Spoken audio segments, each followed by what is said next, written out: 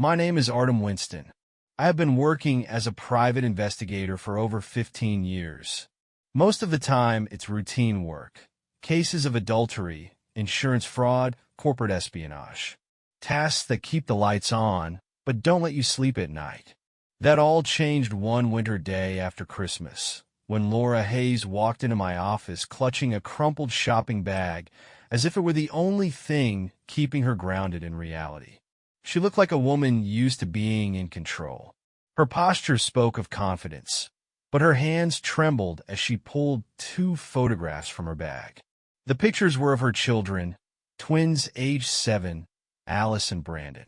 They had brown hair and amazing green eyes that seemed piercing even in the photo. Their trail ended at a local shopping center. The news had already reported this disappearance. Surveillance cameras captured them entering a toy store with their mother, but they were never seen again.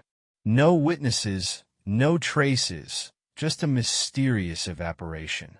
Laura brought with her a folder filled with clippings from articles, internet printouts, and notes. All of these documents had one common theme: the disappearance of 7-year-old twins in the northeast of the country. Always during the Christmas season, always in public places, and always leaving behind more questions than answers. All of these notes painted a picture that made my skin crawl. These disappearances stretched over decades, their geography and chronology forming a strange pattern. A pattern that questioned reality itself. I began an investigation that became not only a challenge, but also a dive into the depths of the unknown. Subsequently, I tracked down similar cases up to the middle of the 20th century. There were strange coincidences in each story. The absence of video footage at the critical moment, witnesses who saw the children with an unknown adult whose descriptions were always vague and contradictory. But the most disturbing detail was the matchbox. In each case, the twins played with it before disappearing. It seemed that these boxes appeared out of nowhere. Parents and relatives could not remember how they got into the house, and the children became obsessed with them. They would sit for hours rolling them around the room.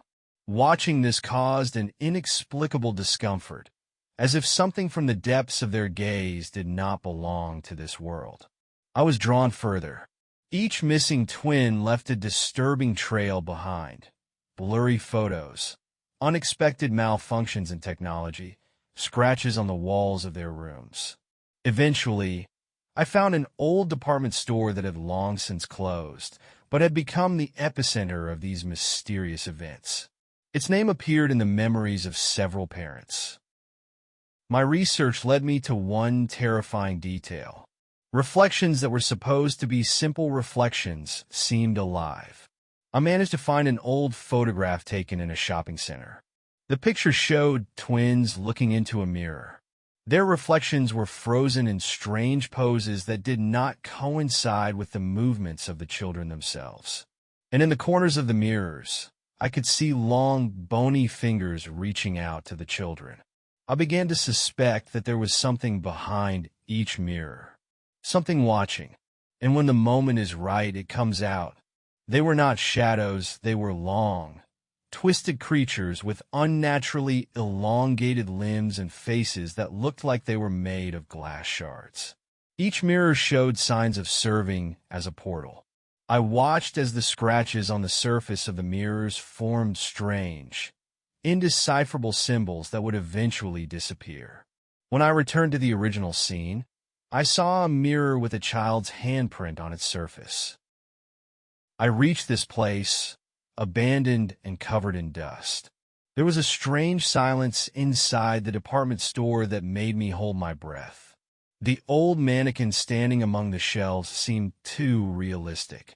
Their faces were emotionless, but the feeling that they were watching did not leave me. On one of the shelves, I found a toy catalog dated 1952. Its pages were worn, but the photos of twin children with blank faces made me hold my breath. They were all holding matchboxes, and in the background of the photos were mirrors that reflected more than just the room. Monsters with sharp features and empty eyes appeared in the reflections. These mirrors were not just tools, but the entrance to something much older. I noticed that their frames were covered with patterns similar to the symbols I had seen earlier. As I looked at one of the mirrors, I heard a faint whisper, as if children were trying to speak to me through the glass. The more I spent time in the department store, the more I felt watched. I could feel movements behind me, but when I turned around, I could only see mirrors.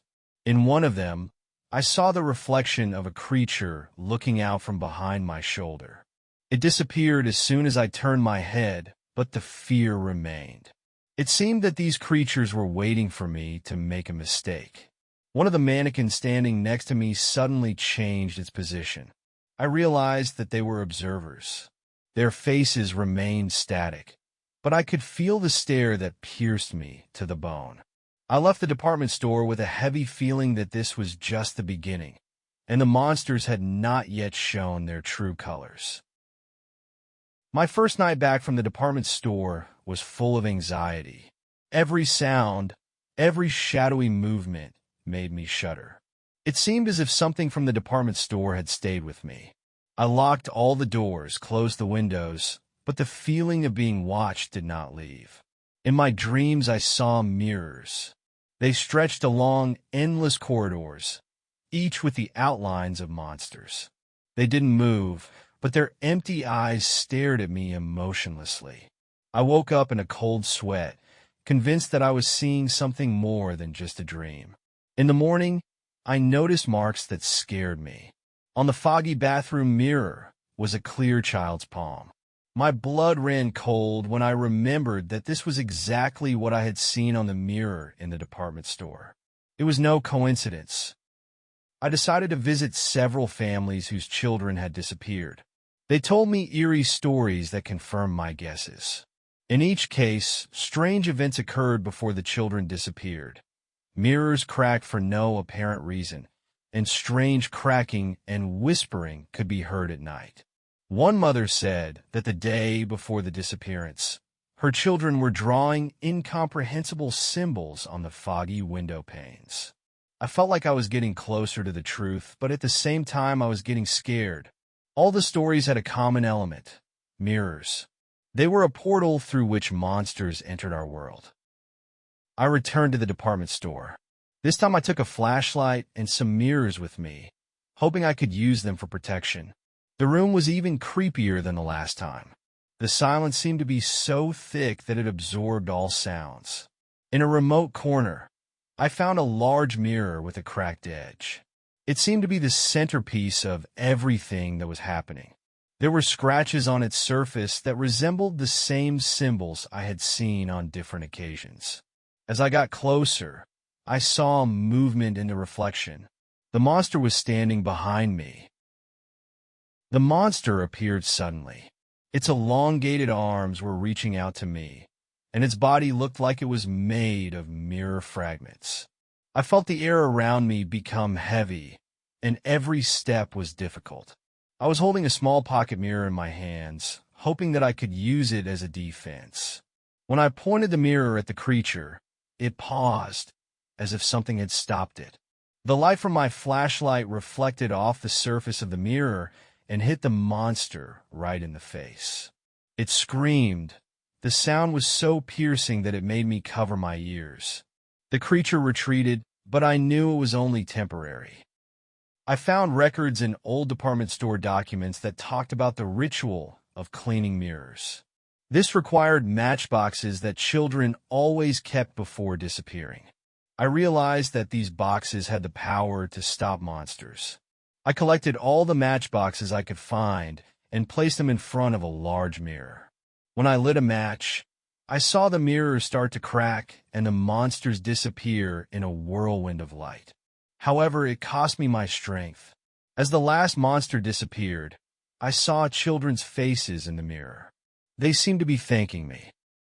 After this event, the mirrors in the city began to look normal. I returned home, but there was no peace. Every time I passed by the mirror, I see the faint reflection of the monsters. Their presence is no longer a direct threat, but I know they are still waiting. This story will stay with me forever. Mirrors no longer seem like simple objects to me. They hide a different world, a world where danger lurks behind every reflection. A few months passed since the mirrors stopped showing monsters. I was getting back to normal, but I still felt anxious at night. It seemed like something was left in the silence of my house. And one evening, this something reminded me of itself. I woke up to a strange sound, like a slight crack. It was the sound of glass breaking. My eyes involuntarily turned to the mirror at the end of the room, and I saw a subtle movement. It looked like a shadow, but it was moving too fast to be a shadow. In a cold sweat, I realized that this was the beginning of something worse. The next day, I gathered all my strength and decided to return to the department store. It seemed that the answers to new questions were hidden there. The room was the same as I had left it. Dust, silence, and mirrors looking at each other. But this time, there was a tension in the air that made the hairs on the back of my neck stand up. When I approached the large mirror again, I saw that its cracks had disappeared. It looked as good as new. It reflected unfamiliar shapes on its surface, like another room, but from a different reality. In this mirror, I could see even more monsters, and they clearly knew that I was standing in front of them. I found another archive hidden behind one of the broken shelves. These were old records about the history of the department store. It turned out that this room had once been used for rituals related to mirrors. People used to believe that mirrors were the gateway to another world, a world where demons live, copying us to replace us one day. The archive also contained a plan of the department store, which highlighted the dungeon. I knew that this place would be key in unraveling and possibly closing the portal forever. The dungeon was dark and narrow. The walls were covered with symbols that I saw in the mirrors. Every step was difficult because of the thick air and the feeling that someone was following me. When I reached the center, I saw even more mirrors arranged in a circle. They seemed to be active. Their surfaces shimmered and silhouettes were visible inside. I started lighting matches one by one and throwing them into the center. The mirrors began to crack, and screams came from there, screams that cannot be described. Monsters appeared, but disappeared as soon as the fire touched their essence.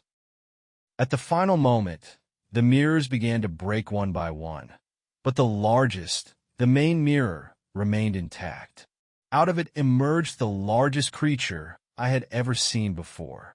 Its shape was variable, as if it were made of glass that was constantly breaking and reassembling. Its empty eyes looked at me, and I felt my blood run cold. I picked up the last matchbox and threw it right into the center of the monster. The fire engulfed it, and the mirror finally shattered into thousands of pieces. The shards began to evaporate, and all the other monsters went with them. After that, the department store was left empty. The mirrors lost their power, but left a shadow in my mind. I returned home, but the feeling of being watched stayed with me. I know that it is only a matter of time until evil finds a new way to enter our world. I am writing all this down so that others will know that mirrors are not just objects. They hide other worlds, other entities. If you see something in the mirror that doesn't move with you, close it immediately. And never leave mirrors where children can play. You don't know what might come after them. A few weeks passed, and everything seemed to calm down. The mirrors behaved as usual, and my nightmares began to gradually disappear. But this did not last long. One morning, I received a call from the mother of one of the rescued children. She said that her son had started playing with the mirror again, as if he was communicating with someone through it. I immediately went to her house. When I entered the children's room, I could see faint symbols on the mirror, similar to the ones I had seen in the department store. The boy told me that the other boy in the mirror had asked him to keep this secret. This information made me believe that the portal was not completely closed yet. I began to investigate the places associated with the mirrors that were found in other houses. In each of them, there were traces of the presence of those beings. Barely noticeable scratches on the glass, faint whispers in the silence, shadows that moved independently of the reflection. All these signs indicated that they had not completely disappeared. In old archives, I found records of mirrors created specifically to communicate with the other world. They mentioned a ritual that was supposed to destroy these portals forever, but it required sacrifice and complete cleansing of the mirrors from any symbols. I returned to the department store to perform the final ritual. The mirrors looked dead, but I knew it was an illusion. In the center of the large hall stood the main mirror, which had been broken before, but now looked whole again. Its surface radiated a faint glow, as if waiting for my action. I arranged the matchboxes around the perimeter, as the notes required, and lit the first match. At that moment, the mirror began to tremble, and monsters began to emerge from it. There were more of them than before, and they looked even more distorted. Their screams filled the room, but I knew I couldn't stop. When the last match was thrown into the center, the mirror cracked in half and a stream of bright light burst out. The monsters began to scream and melt, their forms disappearing in the vortex of light. But the main mirror had not yet broken completely. I realized that I needed a final blow. Gathering all my strength, I picked up a large piece of glass lying on the floor and threw it at the center of the mirror. The sound of breaking was so loud that I had to cover my ears. At that moment, all the monsters disappeared and the mirrors stopped glowing. After this event, the mirrors in the department store became ordinary pieces of glass. No more anomalies were noticed in the city, and the children who were rescued began to live normal lives. But I knew it wasn't over. Every time I walk by the mirror, I catch myself thinking, are all the monsters really gone, or are they just biding their time? Mirrors always remain, and their story is not over yet.